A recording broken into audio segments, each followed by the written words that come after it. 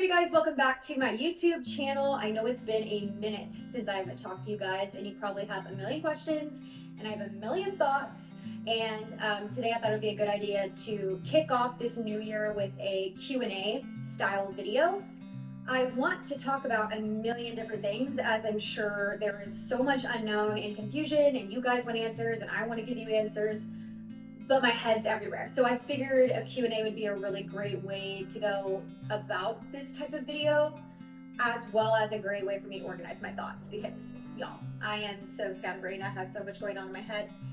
And my camera decided not to work, so I'm filming this on an iPad. So if it sounds a bit funky or it looks a bit weird, I'm not obviously having my usual setup. With that being said, I went to my Instagram and asked you guys to ask me some questions. If you don't follow me there, you should, because that's how I get my questions from you guys, is through my Instagram. So I'm going to answer some of these, as well as answer some frequently asked questions and some big questions that I constantly get. So all that being said, I hope you guys enjoy the video. If you end up loving this video and you want to subscribe and follow me for more content, hit that subscribe button. I'm going to start posting more frequently. And yeah, I hope you guys like this video. Okay, so first of all, obviously the big question in the room is, how's your mom doing? How is she doing? If you don't know who I am and you don't know what anyone is talking about, my mom is a famous athlete. Her name's Mary Lou Retton, and she recently went through a really bad health scare. She was in the ICU for over a month, and it was probably the worst couple months of my entire life. It's been the worst couple months of my entire life. And it's kind of hard for me to talk about because trauma's funny, and it does this thing where it completely morphs all of your thoughts and feelings and any kind of traumatic event into one thought. It's bizarre. Like, my concept of time throughout this entire fiasco is gone. I don't remember things. It's so weird. If you guys have been through something like this, you totally know what I'm talking about. And if you don't, I hope you never know what I'm talking about. All that to say, my mom's doing better. I did an interview on the Today Show. It was the first time that my mom was able to share her story and talk about it, which was very hard for her to do. I didn't feel like I had the right to share her story, and my sisters didn't feel that right either. We wanted her to be strong enough to share her story. And so at this point in her recovery, she is strong enough to be able to have an interview. As you guys have seen, if you haven't seen it, you should check it out. We go into more details about what happened, the whole story, all that. And I can make a separate video going into more of like a personal, I guess, more personal details of how it all went down, because it was just crazy. I just need to get organized first. But she is doing better. She's still relying on oxygen, and it's a day-by-day process, and we just have to support her through this recovery because everything is still so unknown. Any plans on going on 2024 stage? So I'm assuming you mean bodybuilding. As of right now, no. It's only because Wyatt and I want to start a family this year, Lord willing. So with that being said, I don't think I'll be able to bodybuild and conceive and hold a child all at the same time.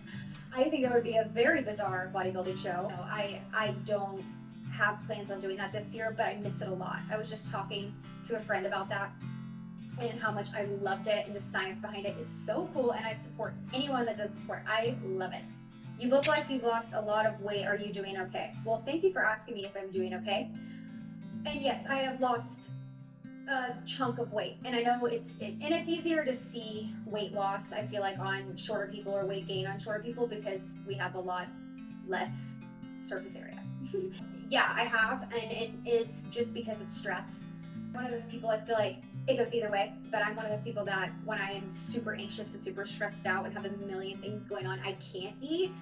And some people go the other direction, and I just have an ache in my stomach at all times just because of the anxiety I'm going through. But I'm getting better. I'm okay. So thank you for asking. But yeah, I wanted to address that because I got a lot of DMs about my weight. And I wanted to say with weight too, that's always a sensitive topic, so I don't want this to be like a triggering thing for anybody, but it's not intentional by any means. So I just wanted to throw that out there too.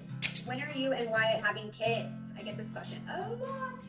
So Wyatt and I have always said we will be married 4 years before we start seriously talking about having kids. And our anniversary was actually yesterday when I'm filming this video today. Today is January 5th. We actually filmed for the Today Show today. So I know this is posted a little bit later. It's been 4 years, so hopefully, Lord willing, we don't have any issues. Like, you never know before you start trying, so we'll see. We'll see. Hopefully this year. If not, I'm just gonna give it to God. So, but yes, obviously we want to be parents very badly. Where do you see your YouTube channel going in 2024? This is great. I said this last year. I wanted 2023 to be like my YouTube channel's debut. I wanted to really work hard on it, but 2023 was the worst year of my life, and so I didn't want to document all of that. But in 2024, I do want to pick it back up. I don't know what that looks like. I need to be more organized with that. I'm one of those people that if I have things set in stone where I have like filming days scheduled, editing days scheduled, I am way more likely to succeed with that goal. I am a director of marketing in my day job, so I am constantly on my computer doing digital marketing all day long, and the thought of going home and having to edit more video content just gives my head a ring right now, thinking about it. But I do want to get back into it because I love YouTube. I love this community. I love sharing with you guys. I love relating to you guys. I love filming my life because it's such a fun home video to go back and look on. Every year on our anniversary, we watch our wedding video, we watched some of our honeymoon video, we watched some engagement videos, and so I wouldn't have any of those special memories documented if I hadn't started my YouTube channel. So 2024 goals for YouTube, I want to at least get a little bit more consistent, but I don't know what that looks like from a schedule point of view, but I'll be sure to let you guys know as soon as that goes live. This one is any trips planned for this new year? So yes, actually right now when you're watching this, Wyatt and I are in Jamaica. It's our 4-year anniversary trip. Well, we actually planned it quite a while ago, but we kept having to push it off. So we're finally enjoying that. Travel tips and tricks for honeymoons. I love this question. So if you didn't know, before my director of marketing job, I worked as it was called director of special projects, but I worked for a catering company. So we did mainly weddings. So I did so much marketing and projects and things with weddings, and I ended up being able to plan a few weddings of my own as a side gig.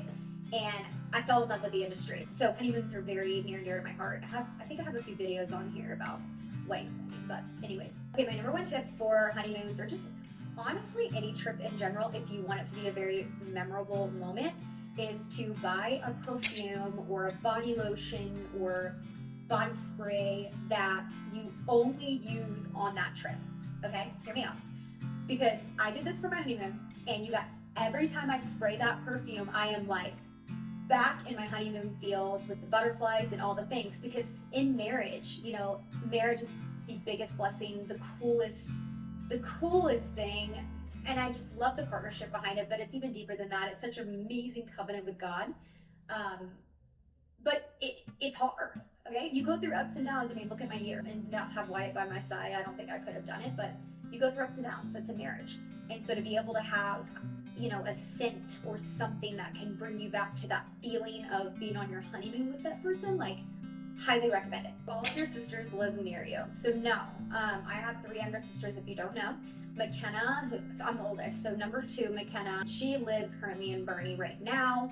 And then Skyla, number 3, lives in Houston. And then Emma is a senior in Arkansas, so she lives in Arkansas right now. And she is planning to graduate in May, and I'm so excited for her. So my mom does live right down the street from me, so that is also great and has been a wonderful thing since everything has happened. So I'm right down the road if she needs anything, and I can check on her a lot.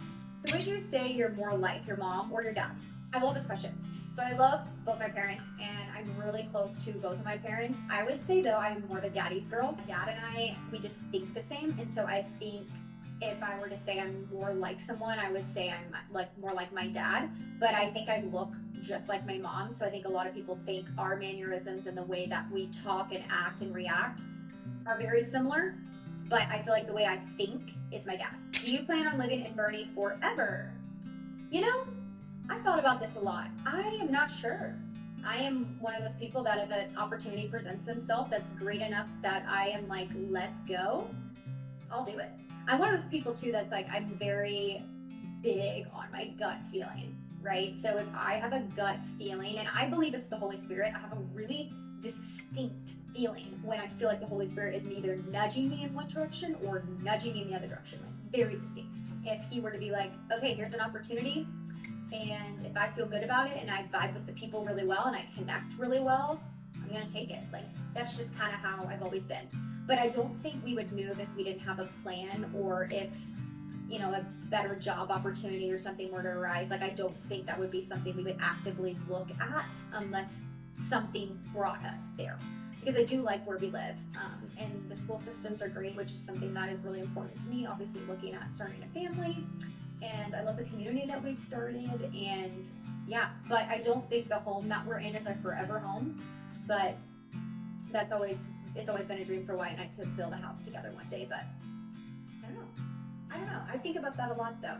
What is your job? So like I mentioned before, I am a director of marketing for a real estate brokerage group here in Boerne, and I absolutely love it. I actually studied journalism in college. That's what my degree was in, but it was more of like a PR focus. So this is exactly what I studied. It's what I wanted to do. I actually wanted to be, the reason why I studied journalism is I wanted to be a news TV anchor or sports broadcaster, someone like that. I wanted to be like that for years. I actually thought about doing that right out of college, but the cards just didn't fall where they needed to fall, and I actually have a really weird career path that maybe I can talk about. But yeah, I love my job. I do a lot of digital marketing, mainly digital marketing, social media, print collateral, signage, a lot of design. I do a lot of graphic design.